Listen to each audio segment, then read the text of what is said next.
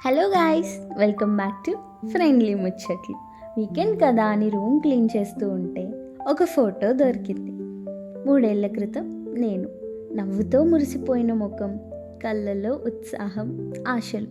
ఇప్పుడు చూస్తే అదే ముఖం కొంచెం అలసిపోయినట్లు, కళ్ళలోని వెలుగు తగ్గిపోయినట్లు ఉంది. ఫోటో చూసి నవ్వొచ్చింది, కానీ మనసు నిశ్శబ్దంగా ఒక విషయం అడిగింది: అంత నవ్వు ఏమైపోయిందా అని.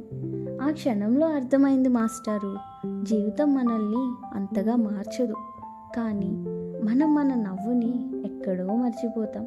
పని, బాధ్యతలు, ఆలోచనల మధ్య ఆ సంతోషం ఎక్కడో దారి తప్పిపోయింది.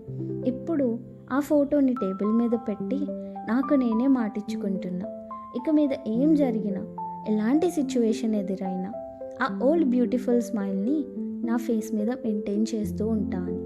నాకు నేను ప్రామిస్ చేసుకున్నాను మాస్టారు. మరి మీ సంగతి ఏంటి?